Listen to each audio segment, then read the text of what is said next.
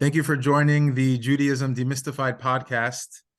As a pastor, I want to know your thoughts on Zionism and why that's important to you. I don't often find that that's something that even our friends, our non-Jewish friends in America, are usually supporting the Jewish cause and standing up against anti-Semitism. But you are also a big proponent of Zionism. So I'm just curious to know, I see the book behind you, Zionism and the Black Church. Can you tell us a little bit about your background and why this is so important to you? Well, both and been as a Christian who's raised up in a very pretty devout household from the segregated South. I was born in Little Rock, Arkansas. I grew up in California, but my family's from Little Rock, Arkansas, and so we were very faithful members of King Solomon Baptist Church, and what I call often a very traditional Black Christian vein, if you will. There's a lot of spiritual Zionism in terms of the music, scriptures, the identification with Israel, Moses, the whole journey from slavery to freedom, all of those things, very, very strong parallels. And so for Zionism, the understanding, obviously it's a loaded word, right, over all this time. For some people, it has a lot of negative connotations and everything, but in its basic form of it being the liberation movement and struggle of the Jewish people, the reestablishment of the Jewish homeland, then yes, that I'm a Christian Zionist in that regard, and that I believe that Israel belongs to the Jewish people, and that it is their homeland, right? It is the Jewish homeland.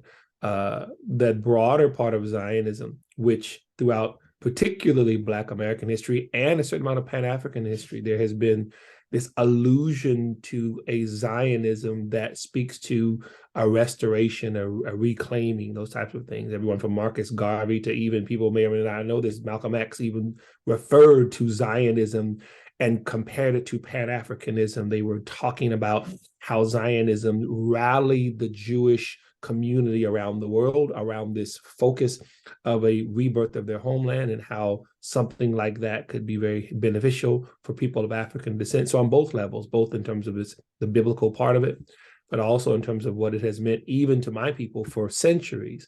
Very much I'm a proponent of Zionism. Yes, sir. So in terms of the Black community, I find that a lot of people don't even know today, or there's some confusion around what it is that defines us as Jews. Like, what is our identity? I'm curious to know what is it that you're doing in your community, let's say, to raise awareness, and maybe clarify some of the misinformation that's out there, like we saw recently with Kanye West and with Kyrie Irving. There's kind of this attack on Jewish identity, and then to the extreme, even more of an extreme, you see with Farrakhan and the Nation of Islam, always pointing to the fact that there's the Khazar theory that the Jews are not legitimate Jews, and he actually said that Sephardim are the true Jews. He said some wacky stuff, and I would like to hear, what your response to all that is. So it's several different things. So let's try to unpack it as much as we can. Let's start with the identity of the Jewish people, both in our organization, the Institute for Black Solidarity with Israel. And in my book, I explain that there is essentially two concepts when it comes to the Jewish people: those who are from the tribe of Israel, Abraham, Isaac, and Jacob, the descendants of the patriarchs, right? And then, of course, those who can convert, right? Who can actually do it through a official conversion. They may not have been Jewish or Hebrew by birth, but they can actually become Jewish. And we talk about that. As a matter of fact, the second chapter of my book, I talk about the prophetic return of the Jewish people to the land of Israel from literally all over the world. And we can give some different examples of that, right? So that's the first thing that we do in our organization. We talk about who is Jewish both by birth, and then who is Jewish, but who may have officially converted to Judaism, the type of thing. And we talk about the diaspora from all over the world, right? We talk about the Jews in Asia and Africa and Europe and North and South America, all of those things, how that came to be, right? We kind of break those things down in terms of the diaspora, both as particularly after the Roman conquest and the Roman destruction of the temple, then later on the Bar Kokhba rebellion and those types of things. What happened to the Jewish people as a people, scattered with the exception of a remnant in the land, scattered to what Isaiah called the four corners of the earth, right? And then this miracle of the Jewish people returning to the land from all over the world.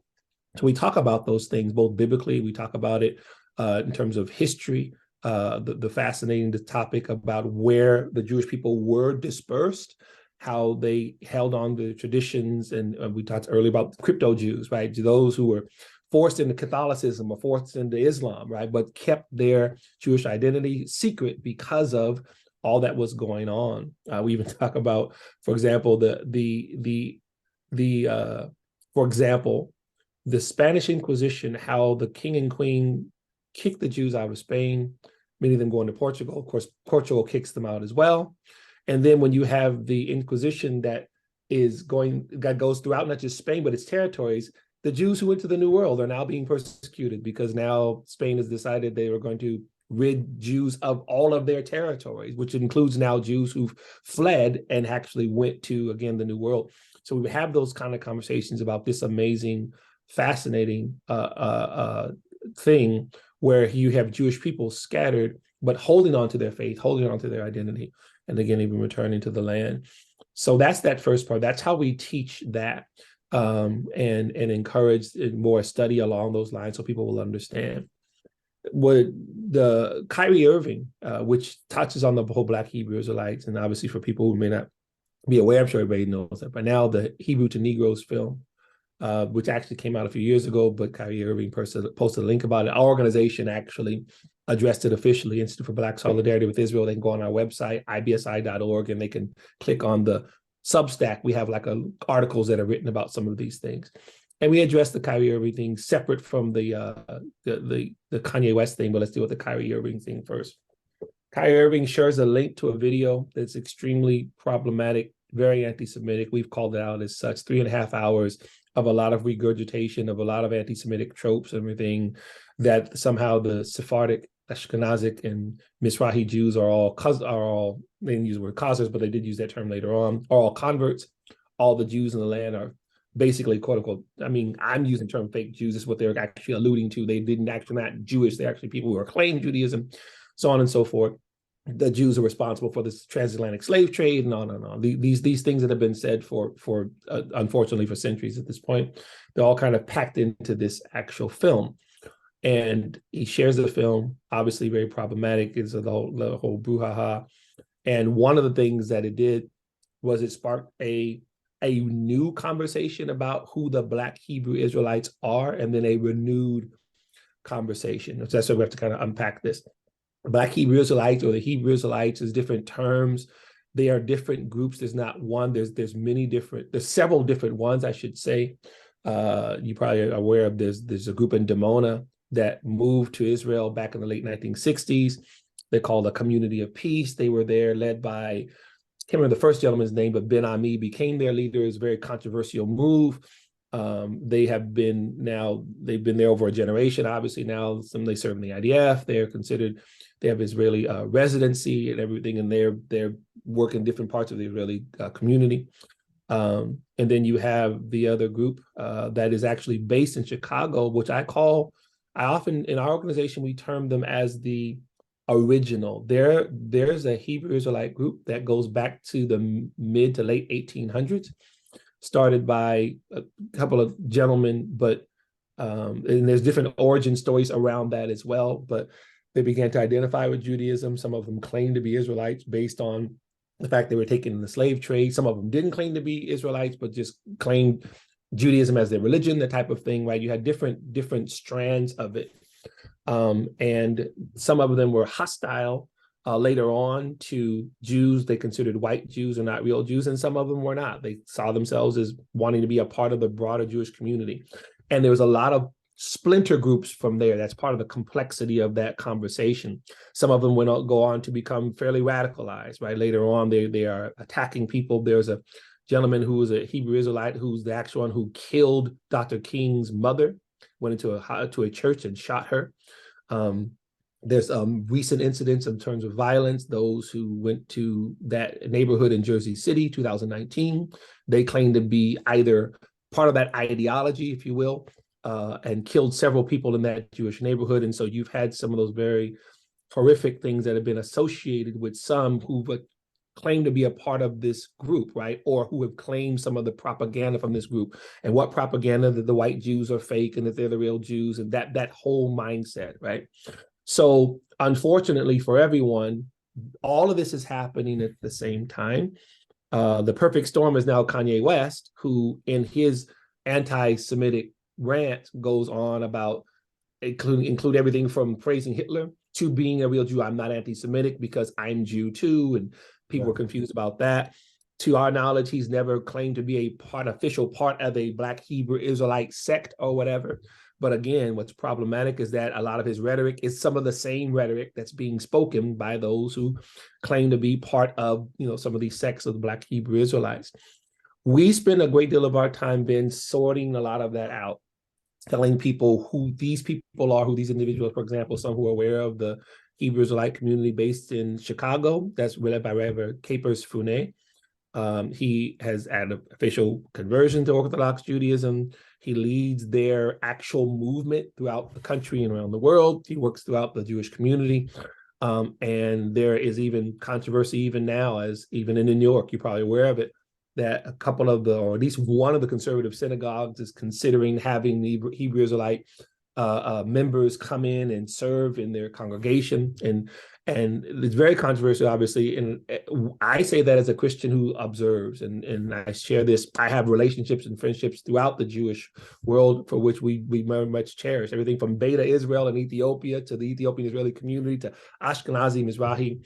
And we feel very enriched by that. And as we see this tussle that's actually happening when it comes to things like radical Black Hebrew Israelites who are spewing all kinds of hatred for Israel, hatred for white people, hatred for Ashkenazi Jews, or Jews of lighter skin, as we said before. I mean, Ashkenazi doesn't mean somebody looks a certain way, but they're doing it in a stereotypical way. It's very, very confusing, very, very negative, unfortunately. And a lot of what we do, Ben, is spend time particularly with Black leaders and pastors parsing some of this out, right? Explaining some of the same things I'm sharing with you now. We point to the book, we point to different studies, the Jewish diaspora, the Jewish religion, the conservative Judaism, Orthodox Judaism, all of these types of things. We talk about the different diaspora, the Igbo of West Africa, who we work closely with them, the Limba of Southern Africa, all these types we have these discussions because for most people, especially Christians, other non-Jews, these are brand new topics. The whole thing is a very, very new phenomenon. Yes. And quite unfortunately, it's being introduced to them in the midst of things like Kyrie Irving discussion. So we try to sort all of those things out, give accurate information, give sources to information, and work with that as we're working with our Jewish brothers and sisters throughout the community to give to sort those things out, to make sure that people understand what's real, what's fake, right? What's being said that are lies, what's being said that you can learn more of. I'll give you a quick example. One thing I told people, they watched that film Hebrew to Negroes, I said some of the sliver of things that were there was that it actually brought up the issue of a Jewish diaspora to people who had never heard of it before. The bad news was that it brought it up in a very negative, anti-Semitic way, right? So what you had was people who had never heard of, like, for example, Jews of Ethiopia or Jews of Yemen, right? So they're watching, some of these people are watching this for the first time ever, going, wow, I didn't know about this, that, and the other, but not knowing that the source that they're hearing some of this from has its other agenda, right? They even in the film they quote, it's a false quote attributed to Hitler, right? Why you would do a film about Jews and then quote Hitler in any sort of way kind of lets you know agenda, right? There's an agenda that's actually happening there. So so answer your broader question, we try to sort that out for everyone and give them the information. And do you feel like there's progress, like when you show them this information? Because I feel like the problem is on the ground, like people are getting their information today from like TikTok. And I see these probably these teenage kids who get their information from, the toilet seat in their parents' basement. They're putting up videos about like Ashkenazis and DNA and all that stuff. Like, you guys don't even have a high school education, but that's who's being taught, those are the teachers of the new generation in a way. And there's that, they're fighting on that front. And also influential people like Kanye and Kyrie Irving, like there's more, Kanye has more followers on social media than there are Jews in the world. That's a scary thought. And people, and it almost feels like an uphill battle, and almost feels like, can anything be done? Because here's the thing. You could point to the diaspora as a way of showing people, look, Jews have been through. But at the same time, if you're an anti-Semite, you might look at that as like evidence for all of your hatred towards Jews. Oh, look at them. Everywhere they go, they're hated. So we must be right. So how do you respond to something like that? Well, it's interesting that when you put in that way, when you add the phenomenon of social media, what it does is that it amplifies everything, right? So anti-Semitic tropes are old. Jew hatred is the oldest ethnic hatred in the world. It goes back thousands of years. Just imagine if Pharaoh had TikTok, right? Just a matter of if Hitler had Twitter, right? What could they have done, right?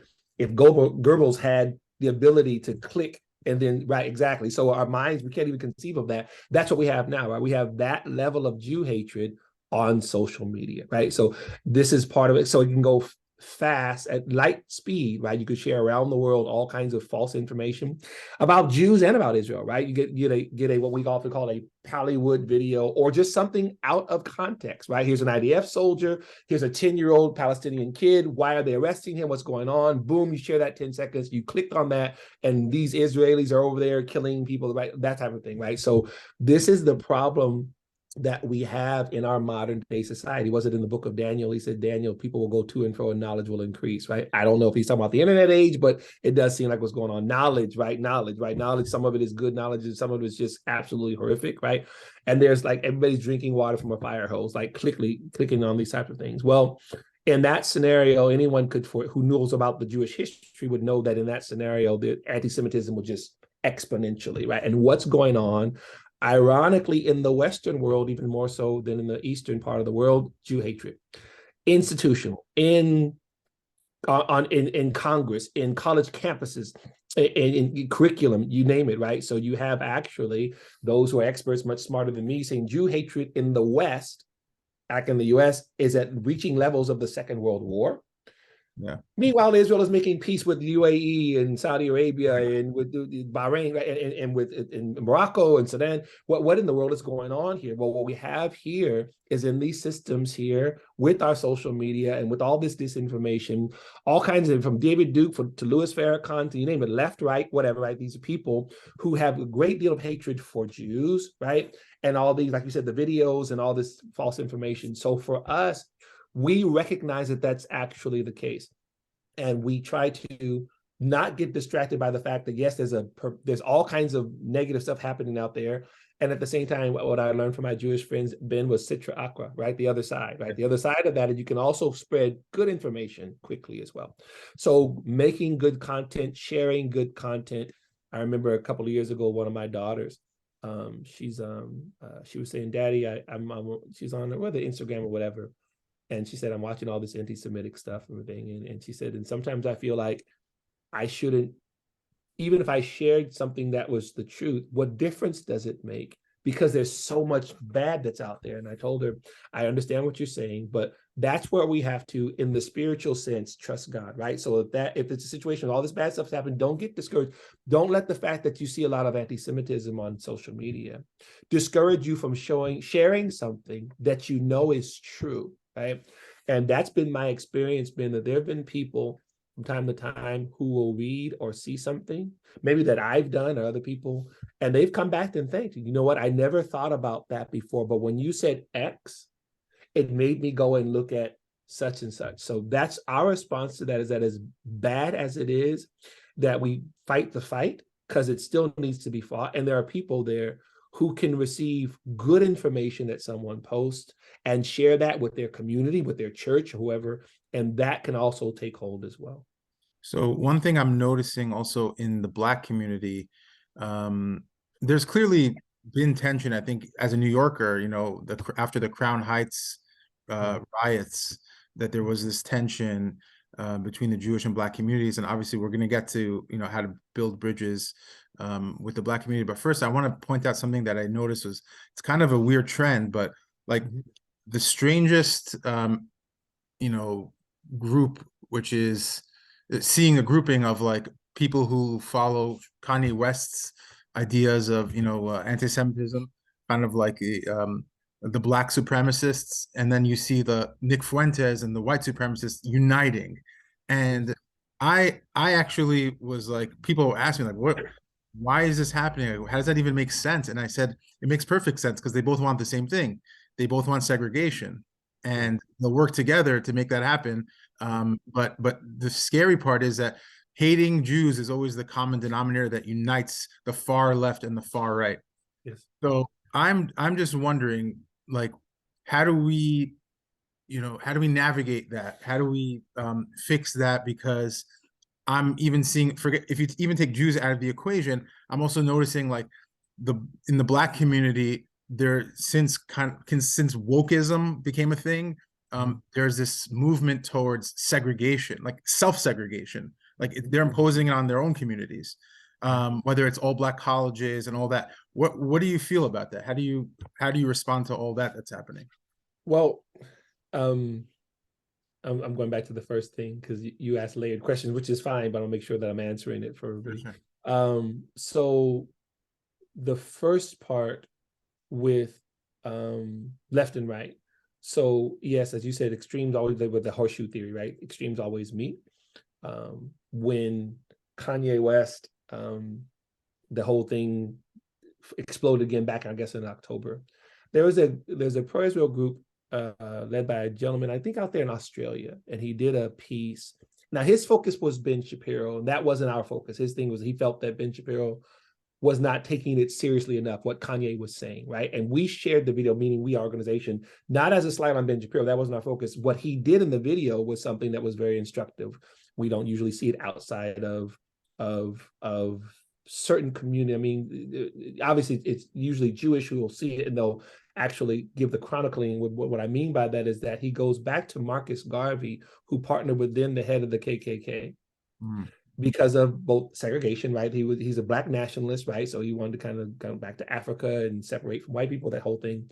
But then he had this pact that he made with this white supremacist, right? And then you fast forward a few years later, Elijah Muhammad, then the leader of Nation of Islam, is working with, what's his name, George Lincoln Rockwell, who was the head of the Nazi Party, right? He had this pact before Malcolm X was killed. One of the things he revealed was this secret pact that the Nazis had with the Nation of Islam, right? They were literally, he even gave the details of it. They were going to give a county in Georgia to black people. That's where they were going to live, right?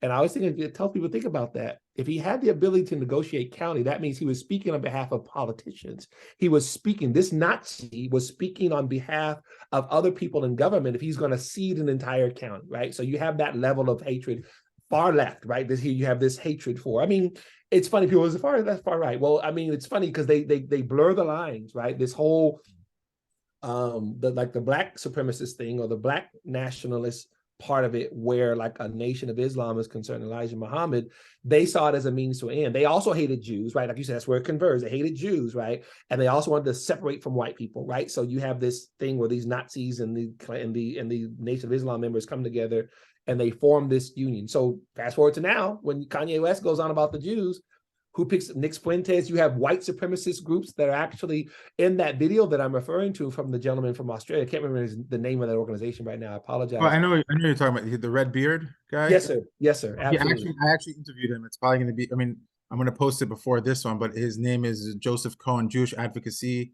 Oh, right. There you go. Yes, sir. I Thank saw you, that sir. video. Yes. Yeah, I know what you're Yeah, talking so about. you saw what I'm talking about, right? These white supremacist groups who have these black supremacists together and they're working stuff out, right? And what's bringing them together? The hatred for Jews, right? So they're like, oh yeah, Kanye's right. So you have white supremacists who hate black people. Talking about Kanye's right, right?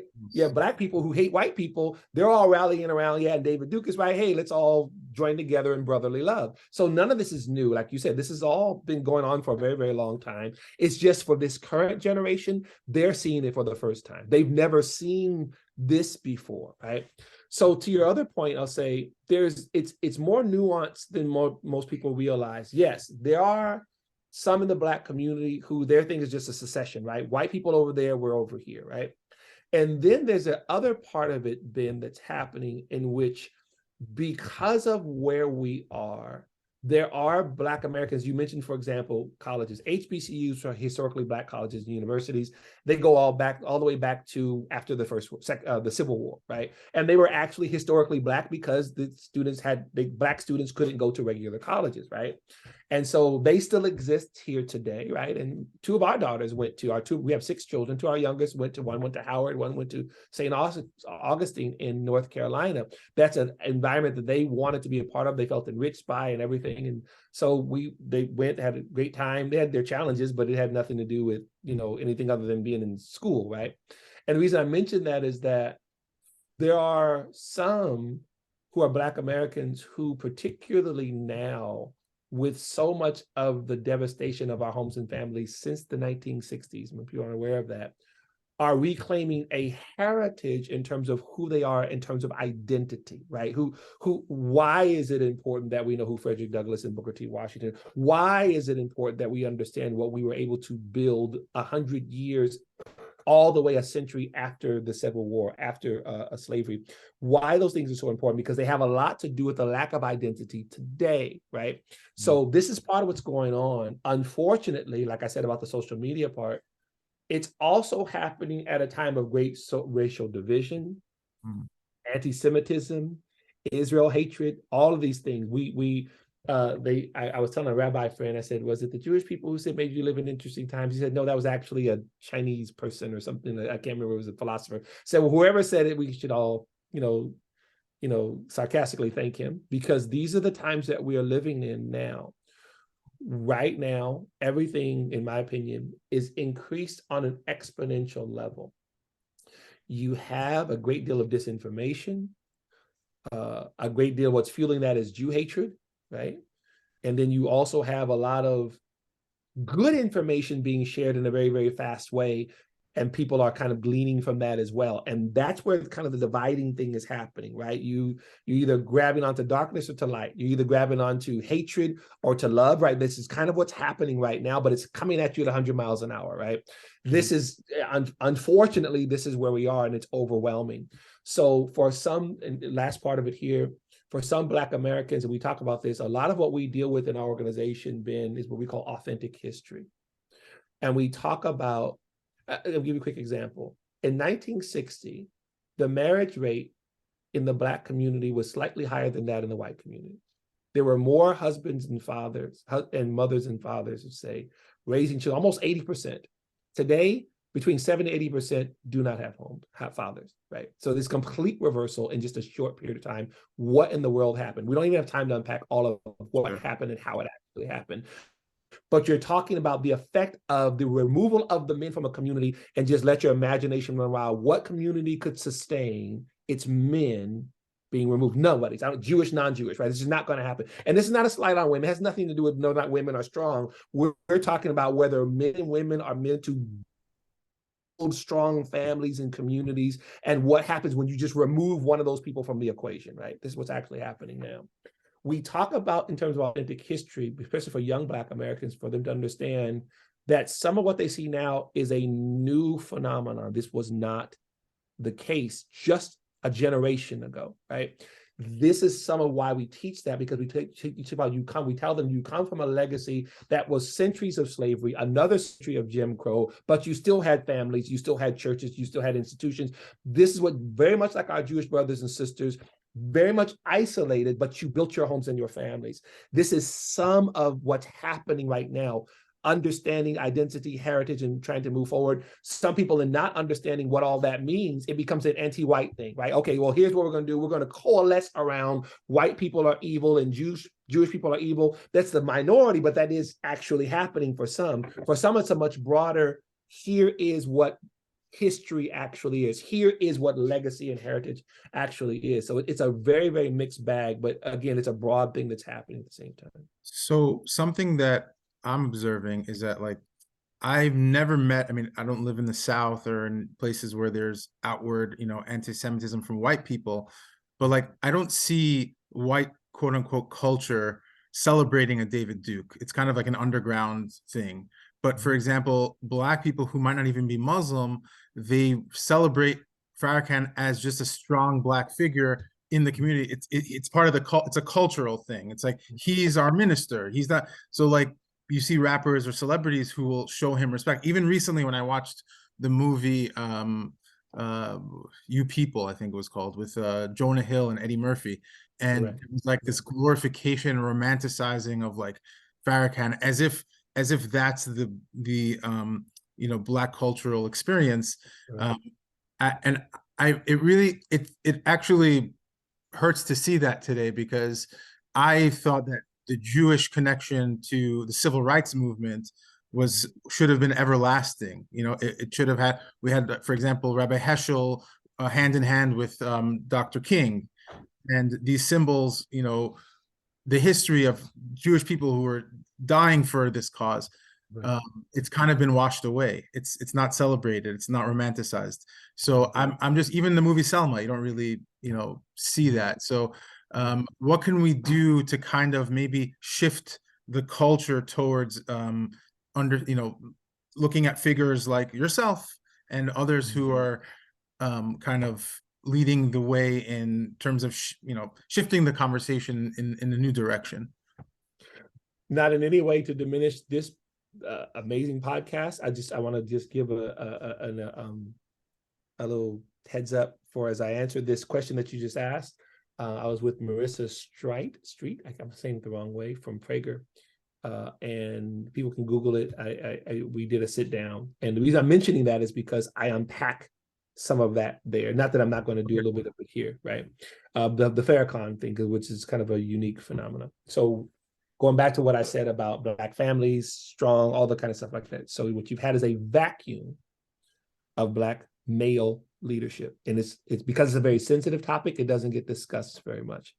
So as I said before, and I've also said in a book as well, Farrakhan then becomes a father figure to many people for lots of different reasons. Now, part of the other complexity with that is that the Nation of Islam, not just under Farrakhan, but under him, since he's been the leader since the 70s, I believe it is. I have to one day have to Google and find out when he actually became the leader. Has done a lot of good things in the Black community, helping reduce recidivism rate. There's almost a negligible drug use rate. Those are the types of things. Preach the whole thing about strong families and strong fathers and all those types of things, which are positive things in terms of a community. Unfortunately, it also comes with the baggage of Jew hatred and Israel hatred. So you have these things all together. So for those who feel very loyal to Farrakhan, they look past those other things, or they make excuses, almost like a relative that you have that you really love, but he's a racist, or he's a whatever like that, but you make excuses for him. That's actually what has been a communal thing, right? For those, they'll say about Farrakhan, they'll either be afraid to say something negative or criticize him in any way, especially publicly, right? So some of them get frustrated when I do it. I told Marissa when we were talking about it, having that conversation, I was saying, I even asked myself, Ben, because I've known about him since at least my 20s. I didn't know I was a little bitty kid, right? But when I was late teens, early 20s, when I became aware of Louis Farrakhan, who he was, I would see some of his preaching and that type of thing. And it was almost in stages. I didn't really know about his anti-Jewish stance a little bit later on, right? I would hear some of the messages, and I would hear a message, and maybe 70% of it I would agree with, right? Families, this, that, and the other. And when we go off on some other tangents, anti-America, anti-white, and whatever. Well, for me, and just I can tell you my particular perspective, and I don't say this to be facetious or anything. I wasn't looking for a father. I had a father, knew very much who my father was, loved my father, he raised me, right? So for me, there was no vacuum for him to be a father figure. I could look objectively, hear what he was saying, say, this part I think is cool, this part is what a Jewish friend say, Meshuggah, right? And walk away, right? And literally walk away. There's no emotional attachment. There's no angst. There's no, oh my God, I have to make excuses for this person, right? There's none of that, right? It was only as I got older that I recognized what was going on in a mass way. For those who even, and I won't even name names now, but because it's not all that important, but as you said, hip hop figures, moguls, whatever like that, who praise him, right? And then at the same time, have a great reputation, those people in the Jewish community, right? I have my Jewish friends, that and the other, and then Farrakhan's like a dad to me. I was like going, okay, your dad is like a Nazi supporting. I mean, just today, I'm on social media posting Savior's Day in, I guess it's Chicago. They have the annual big, I don't remember what it's called. I'm not trying to be disrespectful, but they have something, Nation of Islam, right? So one of his surrogates gets up, Farrakhan, and does this whole speech about how he's not an anti-Semite, right? That's always the game that gets played, right? Farrakhan, he said, and I quote, "I'm not anti-Semite, I'm anti-termite," right? The dude, he's very Nazi-esque in all of his. I mean, that's what you do. You dehumanize people. You call them insects. You call them rodents. Right? That's what Hitler did, right? So for this guy gets up and he says, "Oh, the Jews have always accused everybody of anti-Semitism," and he goes through this long list of these different people, some that you may have heard of, some you may never heard of. Right? He's oh, they call this person anti-Semite, this person anti-Semite. Here's my point. You know who they named in that long list? Henry Hitler. Ford and Adolf Hitler, right? I'm sitting there going, right, so let me prove to you that I'm not an anti-Semite by telling you that you also falsely call Hitler anti-Semite, right? That kind of thing, right? So what's my point? How emotionally needy do you have to be to look at that and go, look past that and go, oh yeah, well, he's not a Jew. No, the guy hates Jews. He just got through telling you that if you consider Hitler an anti-Semite, then you're wrong, just like you're wrong about Farrakhan. That's not a winning argument, right? That's not what that actually means. And here's my point, to your point, why do some cover for that? Because they'll look at all the positive things that he does, and they'll look past stuff like embracing Nazis, right? And a history of embracing Nazis. And they'll just say, well, and they'll point to flaws in somebody else. Oh yeah, well, this person said that. Okay, fine. You may be right about that. That still doesn't change the fact that Farrakhan's praising Nazis, right? And the Nation of Islam has been very close to the Nazis, right? So to answer your question in that sense, there are some who are unwilling to make, at least, if not mentally, especially not publicly, and say, I condemn this. This is wrong. They refuse to go there. Yeah, that's something that I was trying to see if there's. You just clarified it for me that there are people in the community who do see the issue, but they can't really they don't feel comfortable speaking out about it. So that's comforting in a way, because I think that I would like to hope that people are not taking those things to heart. But I do want to know how we can kind of build bridges between the communities, because there's like kind of an unspoken tension for whatever reason between the communities, and we don't see so many, we don't see crossovers between like the Jewish, the Black Hebrew Israelites and the Orthodox Jewish rabbis, let's say, for example, sitting together and having speeches and just like kind of clearing the air. So I think it's about time that this is happening, because the tension is mounting and the anti-Semitism is at an all-time high, and it's a shame, because I always felt growing up that we have so much in common in our communities. So I'm happy that you're taking charge and you're being involved in the change. But I do want to know, like, what are your thoughts on how do we do this? And I also wanted to ask about the idea, and I think it maybe relates to each other, like on what we see on campuses. I know I'm packing questions together, but anti-Zionism being the new anti-Semitism. There is this, there's that issue, and the young Black community, the young white community, everybody's hearing this on campus. So what do you have to say about that? So we'll come back to the campus thing, right? Let's deal with the first part. Fortunately, in terms of the Black and Jewish communities, right? Rabbis, pastors, that synergy is still very much in place. There's stressors that are there. What I mean by that is this.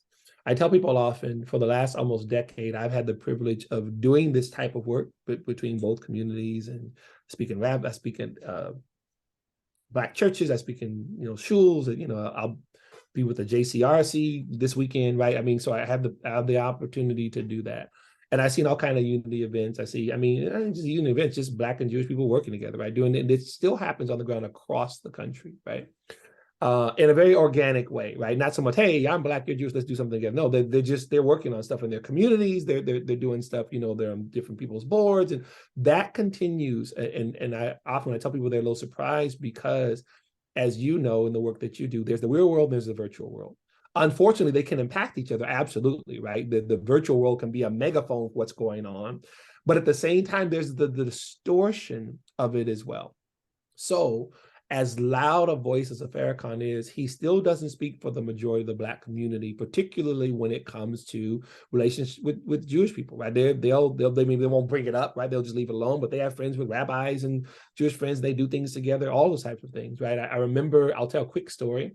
There's an African-American gentleman who I met several months ago on LinkedIn, right? We were kind of talking back and forth. He saw some of my posts about Institute for Black Solidarity with Israel and everything.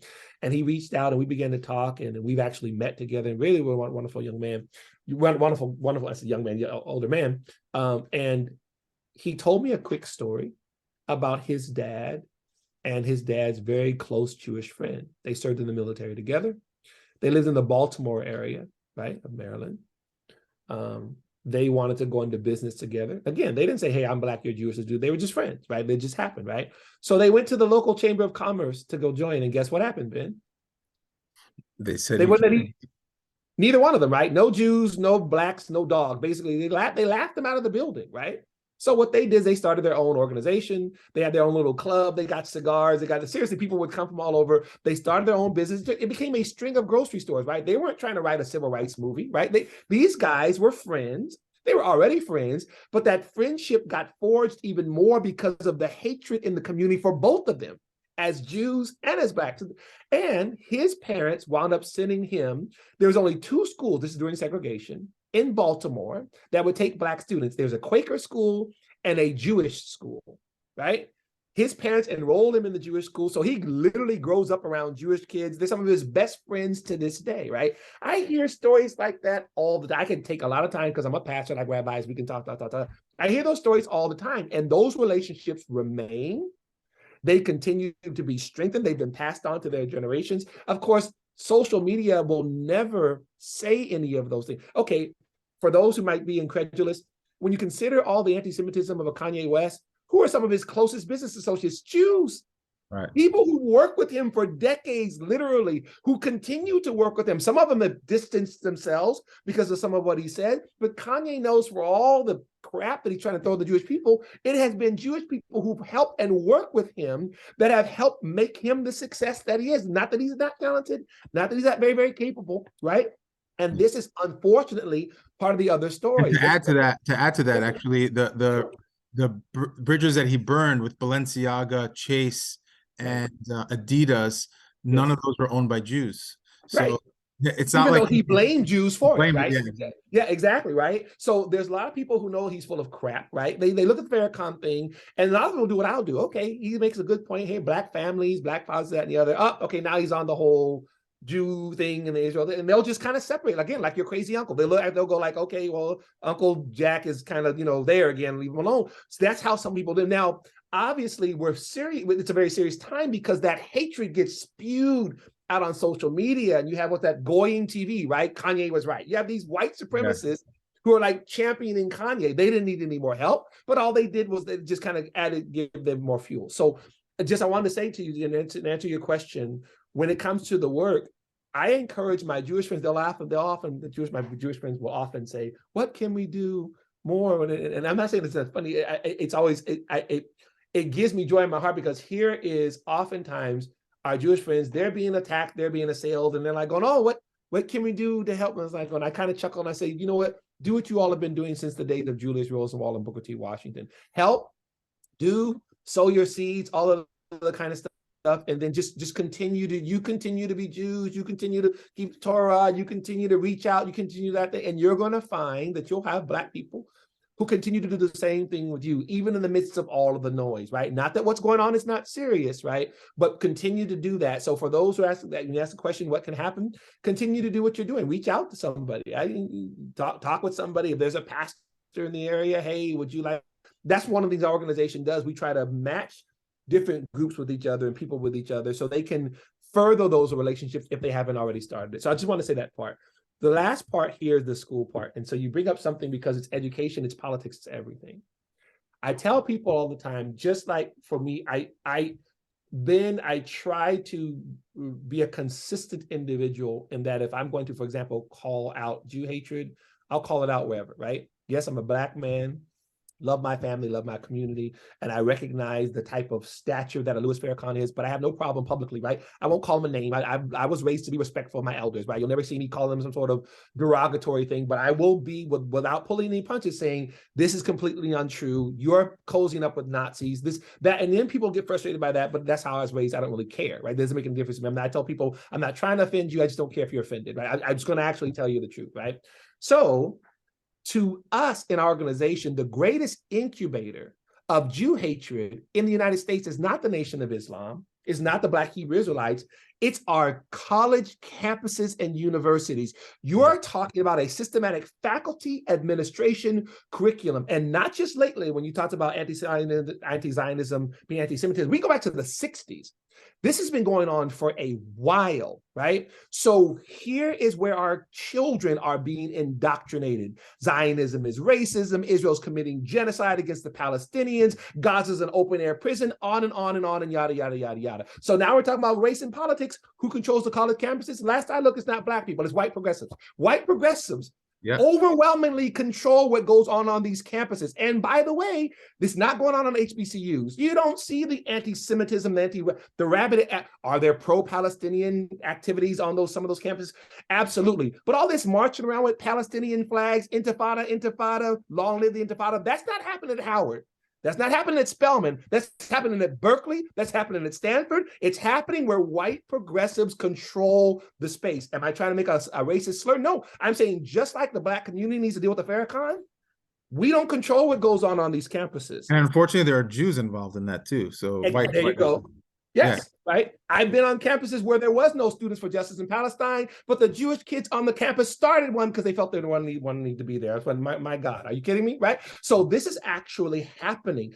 I have older Jewish parents coming to me lamenting the fact that their kids and grandkids went to the school Zionists and came out anti-Zionist. Right. This is happening on a systematic level, and Jews it's being almost ignored. Yes, sir. Jews are, even on the left, they were, a lot of them are raised by Holocaust survivors. So any perceived victim they'll always try to champion them and stand behind them. So I get where that's coming from. They're just being misinformed. But it's crazy how some, like the Nazis basically wrote the playbook on propaganda.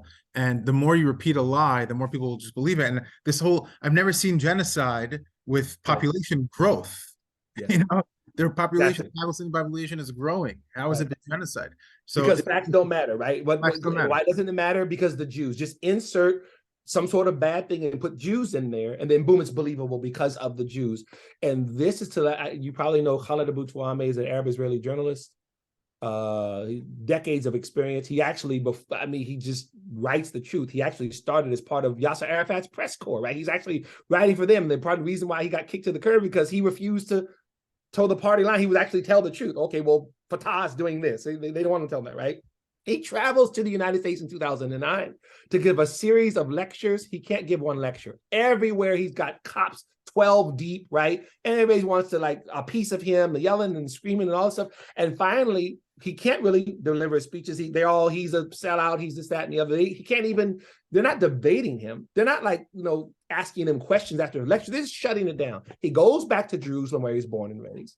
And he writes an article and basically says, we shouldn't be surprised that the next jihadists don't come from Afghanistan or Pakistan, but come from U.S. college campuses. Once again, Farrakhan, last I checked, is not controlling those campuses. Are they sharing some of the information? Yes, but the Nation of Islam is not controlling that. And why do I keep making that point?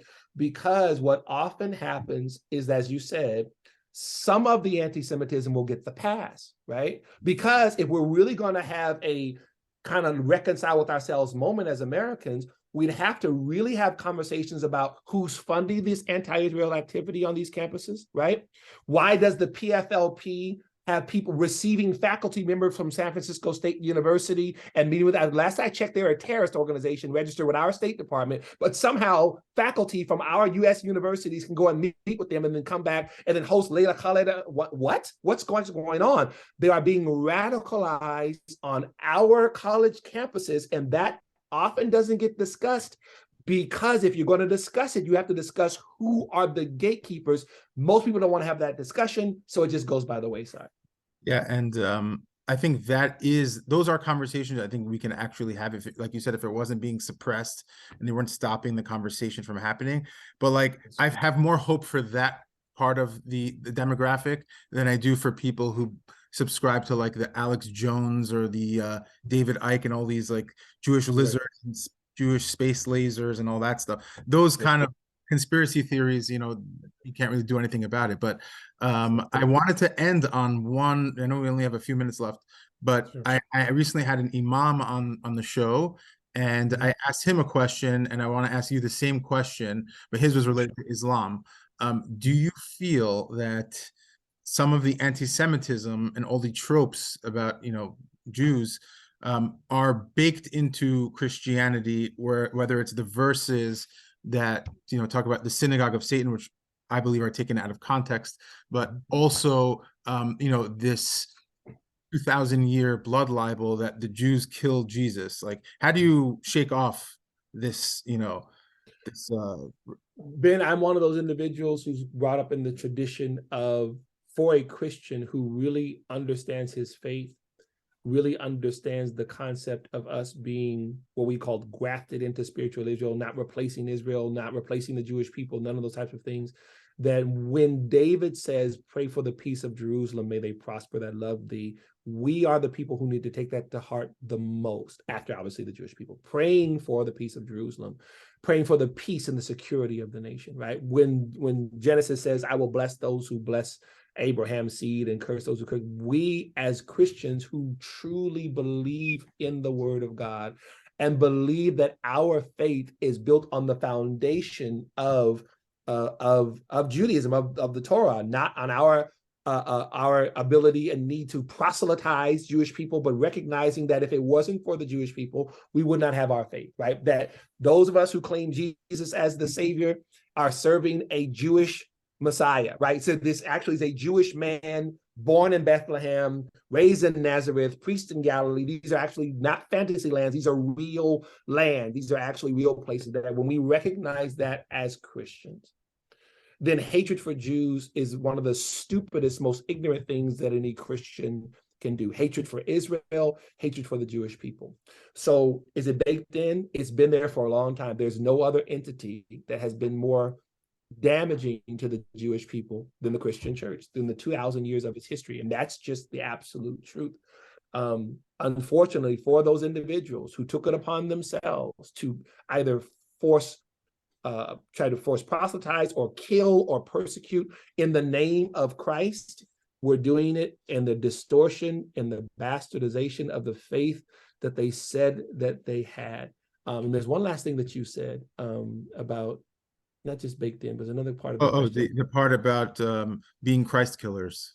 So it's amazing that was, and the Nazis would do that, then you killed Christ. And our understanding of the narrative that Jesus then is crucified, and for us as Christians, crucified, raised on the third day, that type of thing. This happens in Jerusalem. This happens as the turmoil, the tumult, and it's the Romans who nail him.